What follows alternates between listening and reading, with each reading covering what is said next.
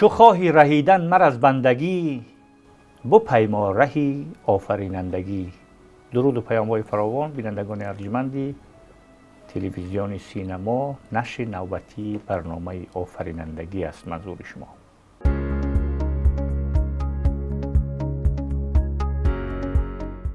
در این برنامه با حضور اقتصادشناسی معاصر ملی، خادم پیشبر علمی شعبه تحقیقات استراتژی نزد ریاست اکادمی ملی علم‌های تاجیکستان مهر صابریان، موضوعی را با نام علم و نوآوری زمینه رشد اقتصادی و اجتماعی منظور شما میگردونیم. و نگفته نماند که مهر صابریان ما در مجله اکادمی علم و جامعه یک مطلبی خوبی را در قالب تقریض بر کتاب دانشمند و کارشناسی مسائل سیاسی و اقتصادی مارک زاکری تیلور تحت عنوان سیاستگذاری های نوآوری منظور کرده است. این مقاله در مجله اکادمی علمی علم و جامعه نشر شده است و حدود 42 صفحه را در بر میگیرد با نام علم و نوآوری زمینه رشد اجتماعی و اقتصادی نشر شده است و میتوانید از اینجا پیدا کنید از مجله. و در اینجا همین کتابی دانشمند و سیاستشناسی معروف امریکایی مارک زاکری تیلور را تحت عنوان سیاستگذاری نوآوری که در نیویورک سال 2016 نشر شده است و در حجم 449 صفحه همون کتاب که از 3 باب 10 زیر باب و یک خلاصه ترکیب یافته است مورد بررسی و نقد قرار داده است و توانسته است به هر صورت که این موضوع را گشاده کند.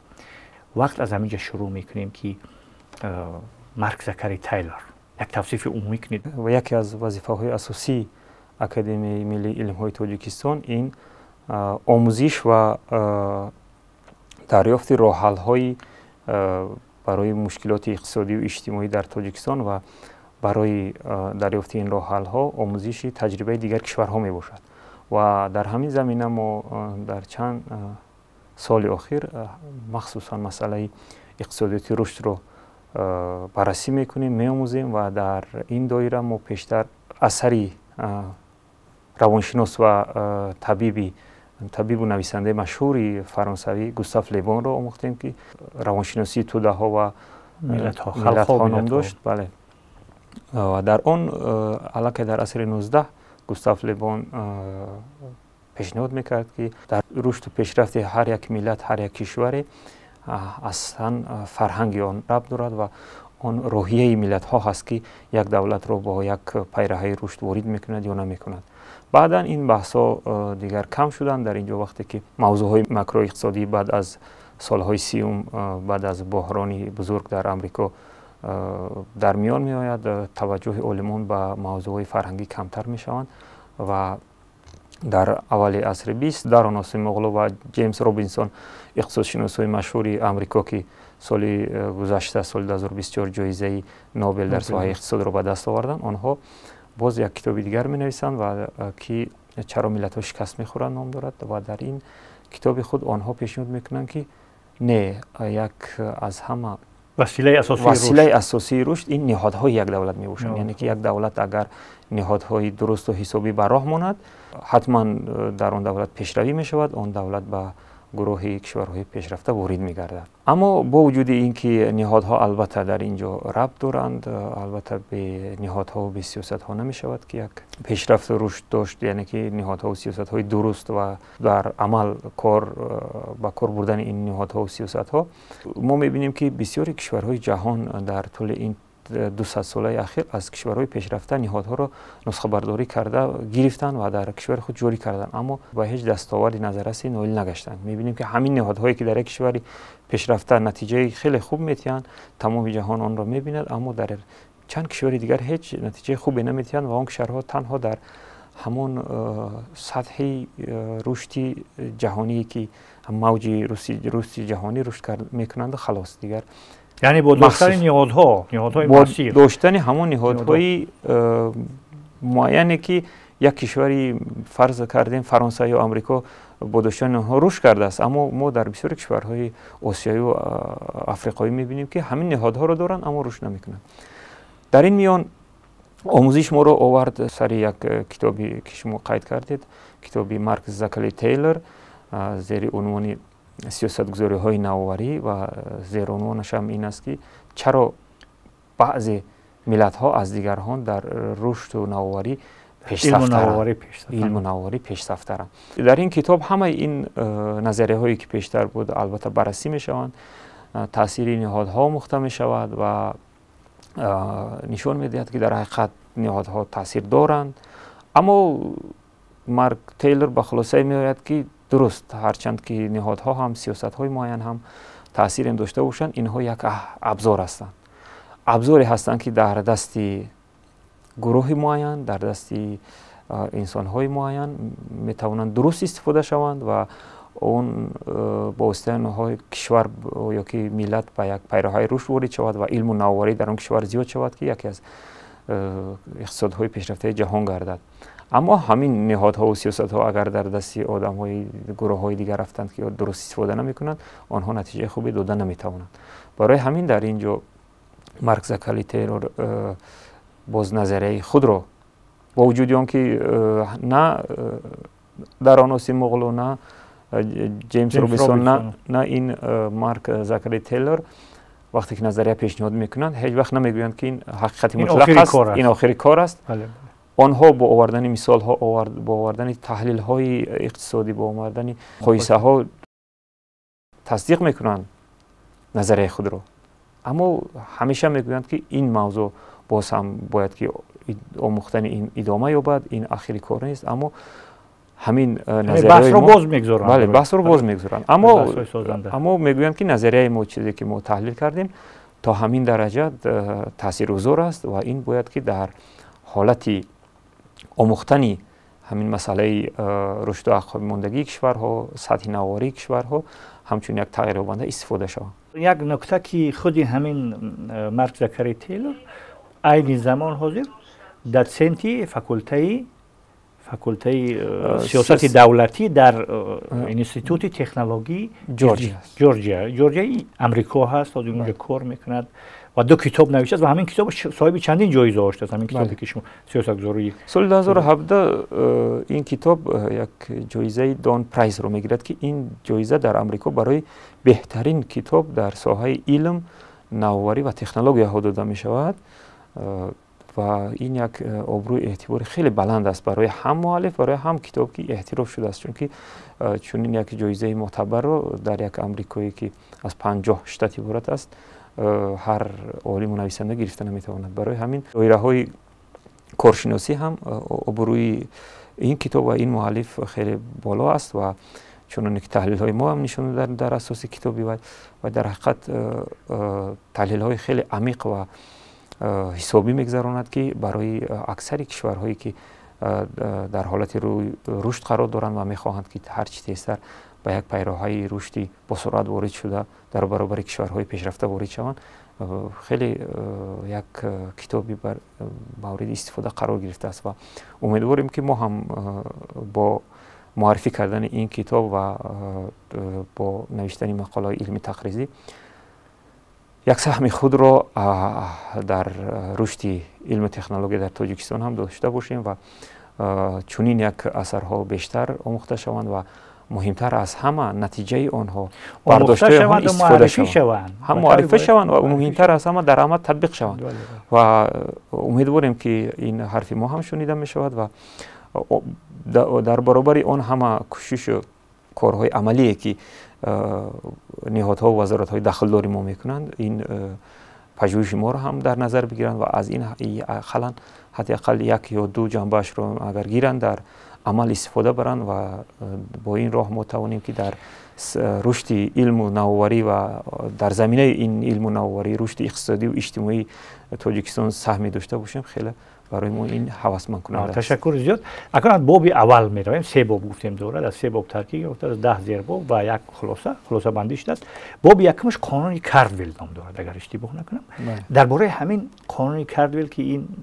دانشمندی مورخ و دانشمندی بریتانیایی است، دونالد کاردویل همین گونه است و همون نظریه‌ای خودش پیشنهاد کرده است. این نظریه‌ای هست که برای معین و مشخص کردن جهش اساسی در تاریخ رشد علم و نوآوری در عموم کشورهای جهان. از همینجا شروع کنیم که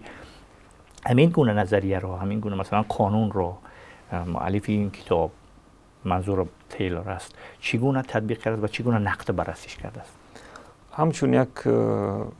پژوهشگری صاحب کسب مارک تیلور در کتاب خود چخونی که پیشتر من تاکید کردم بسیار نظریه های موجوده را البته مورد بررسی قرار گرفته است که قانون کاردویل یکی از آنها می باشد. ماهیت قانون کاردویل چنین است که میگوید در تمام طول تاریخ ملت ها در جوده نوآوری پیشرفت می شدند، ملت های معینه یک دوره معین می ایستادند و در بعد از آن یک دیر یا زود قدرت های ارتجاعی پیدا می شدند که با هر راه این رشد این نوآوری ها رو مانع می شدند و این ملت آهسته آهسته از صف پیش نوآوری‌های سطح جهانی عقب می رفت و جای او رو دیگرها می گرفتند و کاردویل هم این تاریخ شناسی بریتانیایی برای تصدیق این عقیده خود از طول تاریخ مثال ها زیاد می آورد. کشورهای قدیم از مصر از مصر میاد، از یونان، از رومی ها میآید، چینی ها میآید، هندوستان میآید. هرچند ایرانی باستان در آن نیست و شاید نمیدونم اینجا معلومات شاید کم نداشت یا که ایوی ما اسکی ما درست معرفی نکردیم. شاید در آینده این رو هم در نظر گرفتم ما باید که رشد علم رو و سهم مردم خودمون رو در علم و نوآوری در قدیم بیشتر معرفی کنیم. به هر حال مثال میاره در حقیقت نشون میدهد که تا یک دوره اینها رشد کردن و با تا یک دوره اینها از میان رفتن و تا حتی تا این دوره نو هم در مثال ها رو خودی مارک تیلور میارد در مثال فرانسه و ژاپن و در دایره همین قانون در دوره نو مثال در دوره نو بله در دوره نو میارد که فرانسه چخیل از اول عصر 19 و اومده تا اول عصر 20 یک پیشرفت در علم و نوآوری بود، اما مخصوصا در سالهای 1960 تا 1990 پرچم نوآوری از همه بیشتر در دست ژاپنی ها افتاد و در این مدت البته فرانسوی ها یک پیشروی ها داشتن، اما در زمینه آن چیزهایی که تا این روز داشتن و از نوآوری‌های جهانی می‌گرفتن آنها جامعه خود را یک کمی باز پیش بردن، اما در علم و نوآوری کردن در اینجا دیگر با ژاپنی ها کسی برابر نمیشد که بعدتر خیلی باز تایوان و باز کره جنوبی و سینگاپور وارد شد و فنلاندیا. بله اینا میارد که در حقیقت همین قانونی کاردویل تا جای حقیقت دارد، تا جای تاثیرگذار است در تا جای تاثیرگذار است، اما باز هم در اینجا در باب‌های دیگر میارد که این قانون کاردویل شاید در سالهای عصرهای میانه و پیش از آن تأثیری زیاد داشت، چون که در آن وقت علم کاری چند دانشمند هوسکار و چند ثروتمند بود که آنها در علاهیدگی علم رو مشغول میشدن پیش میبردن، اما در عصر 19 و عصر 20 درک نهادهای دولتی با علم وارد شدن، آنها با جمع‌آوری خیلی مبلغ‌های بزرگ با جمع‌آوری ذهنیت‌های خوب و خوش‌ذهنی جامعه اهالی خوش‌ذهن اینها در یک نهادها جمع می‌آوردند و کاری دستچه جمعی علمی رو پیش می‌بردند که در این حالت اگر سیاست‌های درست و اگر محیطی معین برای همون جامعه وجود داشته باشد میتوان همون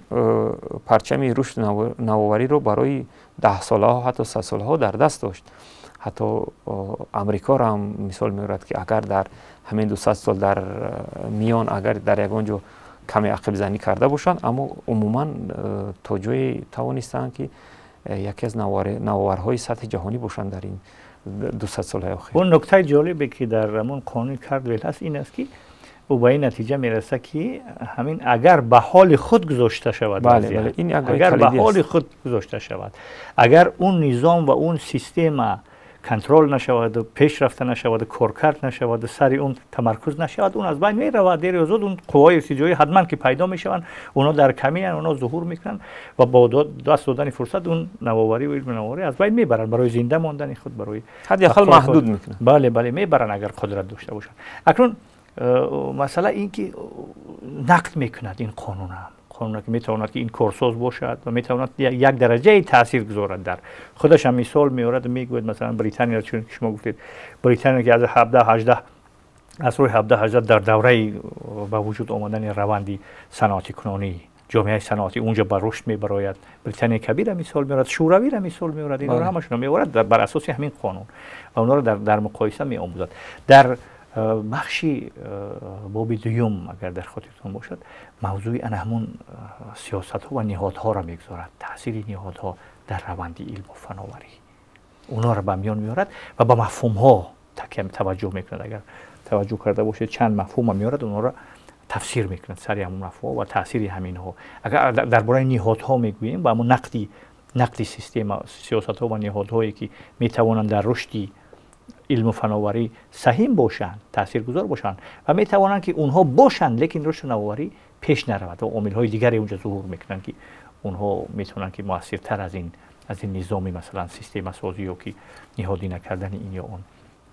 بخش ها باشند. در اطراف این یکم با بینندگان اطلاع میدادید. بله، در این کتاب هم نظریه دراناسی مغلو و جیمز روبینسون درباره نهادها مورد بررسی قرار گرفته است و با وجود آنکه خودی این مؤلفان در کتاب خودشان چرا ملت‌ها شکست می‌خورند مثال ها زیاد دارند، اما اینجا باز هم مارک تیلور مثال های علاوه‌ای آورده است و آموخته است که در حقیقت نهادها یک ابزارهایی هستند که نهادهای درست و حسابی به موجودیت آنها نمیتوان یک کشور را رشد داد و مخصوصا ساحه علم و نوآوری را. و اما وقتی که مقایسه میکنند دولت ها رو، در اینجا نشون میدهد اینن که آخر اگر همین نهادها در یک کشور نتیجه خوب داده باشند، در کشوری دیگری این رو ندادن و خلاصه میکند که این نهادها با وجود آنکه سهم خود رو در رشد علم و نوآوری دارند، اما اینها همگی یک ابزار هستند، ابزاری که در دستی استفاده برندگانی درست افتد نتیجه درست میدهد و اما اگر در دست استفاده برندگانی افتد که آنها نمیخواهند از آن درست استفاده برند، این ابزارها هیچ نتیجه درستی برای یک جامعه داده نمیتوانند. برای همین در اینجا این میایستد و میگوید که نه، عامل‌های باشد که یک کشور را با رده اولی کشورهای رشد و نوآوری داشته در سطح جهانی میبرارد و این را چون که بعد در باب دیگر ما گفته میگذاریم، اینجا نظریه مخصوص خود رو اعلان میکند و اون نظریه رو ناامنی آفرینندگی مینامد. یعنی با داشتن نهادها و سیاست‌های ضروری در نظام دولتداری ما اینا نمیتوانند که به طور کافی و که باید و شاید همون سیستم یا که نظامی علم و نوآوری رو به طور باید و شاید تامین کنند. و دیگر عامل‌هایی هستند که اونا رو میتوانند، مثلا اونجا خودی بازار رو میاره، رقابت بازار و آزادی دادن به بازار. همون اقتصادی بازرگانی که ما داریم در اون شکل که اون دولت آیا نظارت کند یا که همون خیلی آزاد گذارد، رقابتی آزاد گذارد، همینطور نیست. اون بخشی دیگرش که میگذارد برای رشد و پیشروی میگه این بسنده نیستن. مثلا قانونی کرد ولی اون تحلیلایی که اون جایش‌هایی که در اون زمینه صورت میگیرن اونها بعد خودی سیاست‌ها و نهادها، بعد مسئله دیگر رقابت آزاد در بین مثلا بله، اینو در دایره نظام‌های سیاسی معرفی میکند. این هم یکی از نظریه‌های دیگه است که مارک تیلور محاکمه میکند در کتاب خود. وی میگوید که بازار آزاد، دموکراتیا و متمرکزی یا غیر متمرکز بودن یک نهاد سیاسی میتواند که یک تاثیر معین داشته باشد برای رشد و پیشرفتی که نوآوری در هر یک کشوری. باز هم در اینجا میارد مثال ها که به مانند کره جنوبی، به مانند تایوان، به مانند سینگاپور که اینها یک بازار آزاد نداشتن. حتما کپیتالیسم بود اما دولت بیشتر در بازار دخالت میکرد، دولت تنظیم میکرد و اما اینها با یک رشد پیشرفت رسیدن و به صف کشورهای نوآور وارد شدن. برای همین این را هم در این اخیر میگوید که این هم نمیتواند که یک چیزی از همه مهمی، یک تغییرآورنده از همه مهم در همین مسئله دریافتی سبب‌های رشد و پیشرفت نوآوری در یک کشور باشه. تشکر که یک صحبت خوبی هم کردیم اطرافی کتابی مونوگرافی اختصاصی دانشمند و سیاستشناسی معروف امریکایی مارک زاکری تیلر با نام سیاستگذاری های نوآوری. نامش همین است. تشکر زیاد بار دیگر دعوت ما رو پذیرفتید و یک صحبت خوبی هم کوتاه هم که بود، صحبتی خوب و تاثیرگذار بود. رسیدیم به پایان برنامه. لحظه خوش، روزگاری بر دوام، دایما ایامتان بادا بکام. روزگاری خوش و بر دوام و ایام بکام.